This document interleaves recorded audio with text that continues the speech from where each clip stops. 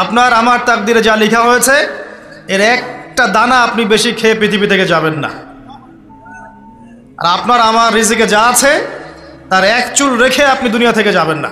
তাকদির নিয়ে প্রিয় ভাইয়েরা বিচলিত হবেন না। আপনার তাকদিরে যা আছে আপনি পাবেন, যা নাই কোশ্চিনকালেও পাবেন না, ফুল স্টপ। আপনার তাকদিরে যা আছে আপনি পাবেন, না পেয়ে আপনি দুনিয়া থেকে যাবেন না, ফুল স্টপ। আর আপনার তাকদিরে যা নাই সারা দুনিয়ার মানুষ মিলে আপনাকে দিতে পারবে না। এই চিন্তাটা আগে মাথার মধ্যে সেট করেন। এই দুনিয়ার জীবনে আপনার দুনিয়ার বাড়ি গাড়ি, টাকা পয়সা, রিজিক, ব্যবসা বাণিজ্য, স্ত্রী সন্তান, এগুলোকে নিয়ে এত বিচলিত হওয়ার কিছু নাই। আপনার আমার তাকদিরে যা লেখা হয়েছে এর একটা দানা আপনি বেশি খেয়ে পৃথিবী থেকে যাবেন না। আর আপনার আমার রিজিকে যা আছে তার এক চুল রেখে আপনি দুনিয়া থেকে যাবেন না। এটাই চূড়ান্ত সত্য কথা। আপনি ঘুষ খান আর সুদ খান আর দুর্নীতি করেন আর মানুষের সম্পদ আত্মসাৎই করেন না কেন, যতটুকু লেখা আছে আপনার তাকদিরে এর বেশি আপনি কিচ্ছু পাবেন না। আর আপনি হালালে থাকার জন্য যতই কষ্ট করেন, হালালে আছেন, সবজি বিক্রি করে খাচ্ছেন, আপনি ছোটোখাটো ব্যবসা করছেন, মানুষ আপনাকে দাম দেয় না, আন্ডার এস্টিমেট করে, গরিব বলে, ফকির মিসকিন বলে, কিন্তু আপনার তাকদিরে যা আছে আপনি সেটাই পাবেন, এর বেশি আপনি কিচ্ছু পাবেন। হুয়াল আউয়াল ওয়াল আখির, আল্লাহ পাক প্রথম এবং আল্লাহই শেষ। কুল্লু মান আলাইহা ফান ওয়া ইয়াবকা ওয়াজহু রাব্বিকা যুল জালালি ওয়াল ইকরাম। প্রত্যেকটা বিষয় ফানা হয়ে যাবে, কিচ্ছু থাকবে না। এখন আপনি পৃথিবীতে যা দেখছেন এগুলোর কিছুই থাকবে না। প্রত্যেক মানুষ, প্রত্যেকটা জিন, প্রত্যেক উদ্ভিদ, প্রত্যেক এই প্রাণী, আকাশ, মহাবিশ্ব, গ্রহ নক্ষত্র, চন্দ্র সূর্য, সমুদ্র, পাহাড় পর্বত, বিশ্বনেতা, রাষ্ট্রনেতা, সমাজ নেতা, পরিবারের কর্তা, অর্থনৈতিক নেতা, সবাই মারা যাবে, সবাই শেষ হয়ে যাবে, কিচ্ছু থাকবে না। এই বিষয়টা আগে ভালো করে হজম করতে হবে যে আমরা এখানে থাকতে আসিনি, আমরা এই দুনিয়ায় থাকতে আসিনি, আমরা এখানে এসেছি চলে যেতে। যার মনের মধ্যে এই কনসেপ্ট থাকে সে কখনো আল্লাহ পাকের বিদ্রোহী হতে পারে না, সে কখনো আল্লাহ দ্রোহিতা করতে পারে না, কুফরি করতে পারে না, শিরক করতে পারে না, আল্লাহর অবাধ্য হতে পারে না। যার মনের মধ্যে এই চিন্তা বদ্ধমূল যে আমি এখানে থাকতে আসিনি, আমি এখানে মুসাফিরের মতো এসেছি, গাছের ছায়া বিশ্রাম নিচ্ছি, বিশ্রাম নিয়ে শেষ হবে চলে যাব।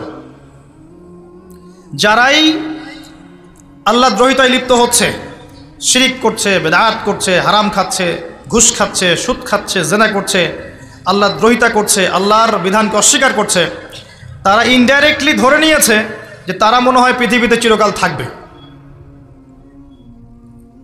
কারণ যদি কিয়ামতের মাঠের কথা তাদের স্মরণ থাকতো তারা কখনো এই কাজগুলো করতে পারতো না, পারতো? এবার আসেন, আল্লাহ পাক কলম সৃষ্টি করে তাকদির লিখেছেন, অতএব তাকদির নিয়ে প্রিয় ভাইয়েরা বিচলিত হবেন না। আপনার তাকদিরে যা আছে আপনি পাবেন, যা নাই কোশ্চিনকালেও পাবেন না, ফুল স্টপ।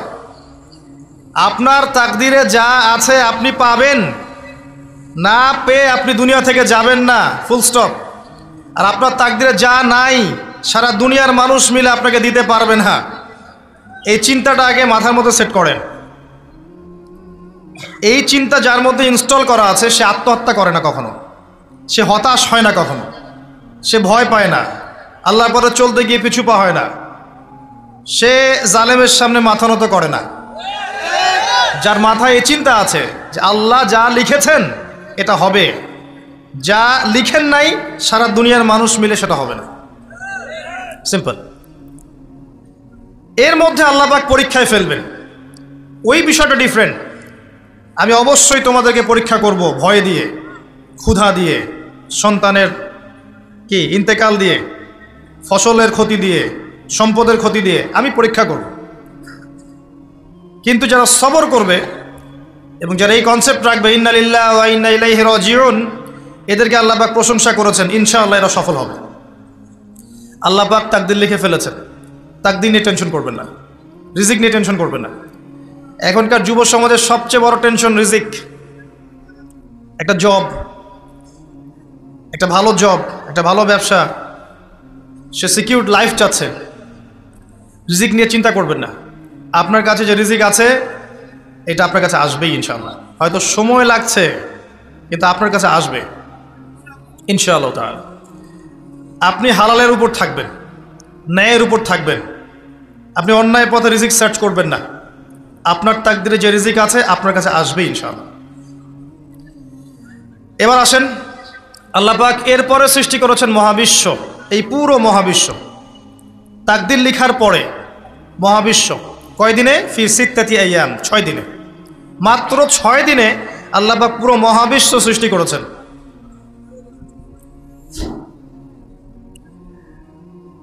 হুয়াল্লাযী খালাকাস সামাওয়াতি ওয়াল আরদা ফি সিত্তাতি আইয়াম সুম্মা ইস্তাওয়া আলাল আরশ। সূরা হাদীদের মধ্যে আয়াতটা আছে। তিনি সেই আল্লাহ যিনি এই মহাবিশ্ব সৃষ্টি করেছেন 6 দিনে, এরপরে আরশের উপর সমাসীন হয়েছেন। আল্লাহ পাক এর একদিন আমাদের একদিনের মতো নয়, বরং কিয়ামতের মাঠে যেদিন আমরা দাঁড়িয়ে থাকব এই দিনটা হবে আল্লাহর হিসেবে 50,000 বছরের সমান। মানুষ অস্থির হয়ে থাকবে, বিচার শুরু হচ্ছে না কেন। অপেক্ষা করা কাজটা খুব যন্ত্রণাদায়ক, তাই না? কারো জন্য অপেক্ষা করে আছেন, 1 ঘন্টা পর আসবে, এলো না, আপনি অস্থির হবেন। 2 ঘন্টা পর এলো না, 10 ঘন্টা পর এলো না, আপনি অস্থির হবেন, পায়চারি করবেন, বই পড়বেন, নাস্তা খাবেন, হাঁটাহাঁটি করবেন, আপনি ব্যাকুল হয়ে যাবেন। অপেক্ষা করা একটা ডিফিকাল্ট কাজ। কিয়ামতের মাঠে মানুষ 50,000 বছর অপেক্ষা করবে, বিচার শুরু হচ্ছে না কি জন্যে। সবাই গিয়ে ধন্না দিবে, প্রথমে আদম আলাইহিস সালাম, তারপরে নূহ আলাইহিস সালাম, ইব্রাহিম, মূসা, ঈসা আলাইহিমুস সালাম। আল্লাহর কাছে একটু সুপারিশ করেন, বিচার যেন শুরু হয় অ্যাটলিস্ট। কেউ কিচ্ছু করতে পারবে না, কারণ সবাই বলবে ইয়া নাফসি ইয়া নাফসি। দূর থেকে একজনের আওয়াজ আসবে যিনি ইয়া নাফসি বলছেন না, যিনি বলছেন ইয়া উম্মতি ইয়া উম্মতি। সবাই তার কাছে যাবে এবং তিনি আমাদের নবী মুহাম্মদুর রাসূলুল্লাহ সাল্লাল্লাহু আলাইহি ওয়াসাল্লাম সিজদায় পড়ে যাবেন এবং তার উম্মার জন্য সুপারিশ করবেন। উম্মার কবিরা গুনাহগার ব্যক্তিদেরকে সুপারিশ করে তিনি জান্নাতে নিয়ে যাবেন ইনশাআল্লাহ। আল্লাহ তাকে ওয়াদা করেছেন, হে নবী, তোমার উম্মতের কোনো ব্যক্তি যদি শিরিক না করে আমার সামনে উপস্থিত হয় আমি তাকে মাফ করে দেব ইনশাআল্লাহ। হাদিসে কুদসির মধ্যেও আছে যে হে আদম সন্তান, তুমি যদি দুনিয়ার সমান পাপ নিয়ে, আসমান জমিন সমান পাপ নিয়ে আমার সামনে দাঁড়াও, কিন্তু আমার সাথে কাউকে শরিক করনি, তাহলে আমি আল্লাহ তোমার সামনে আসমান জমিন সমান ক্ষমা নিয়ে উপস্থিত হব ইনশাআল্লাহ।